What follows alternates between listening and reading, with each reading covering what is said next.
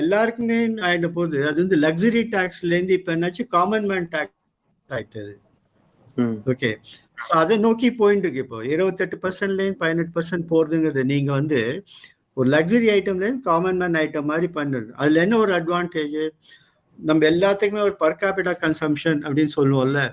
Per capita கன்சம்ஷனா fridge அதிகரிக்கும், okay, TV அதிகரிக்கும், இன்னும் ஏசி அதிகரிக்கும் இல்லையா, ப்ரொடக்ஷனும் அதிகரிக்கும். இது மாதிரி அதிகரிச்சுன்னா என்ன ஆகும், நம்ம குளோபல் மேனுஃபேக்சர் ஆகலாம் நம்ம.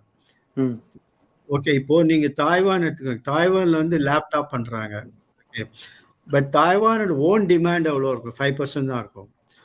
நம்ம வந்து லேப்டாப் பண்றோம் வச்சுக்கோங்க குளோபலி, இப்போ மொபைல் லேப்டாப்ல பண்றோம், நம்ம டிமாண்டே 50% இருக்கும் இல்லையா. அதுவே ஒரு பெரிய அட்வான்டேஜ் இல்லையா மேனுஃபேக்சரர்ஸ்க்கு.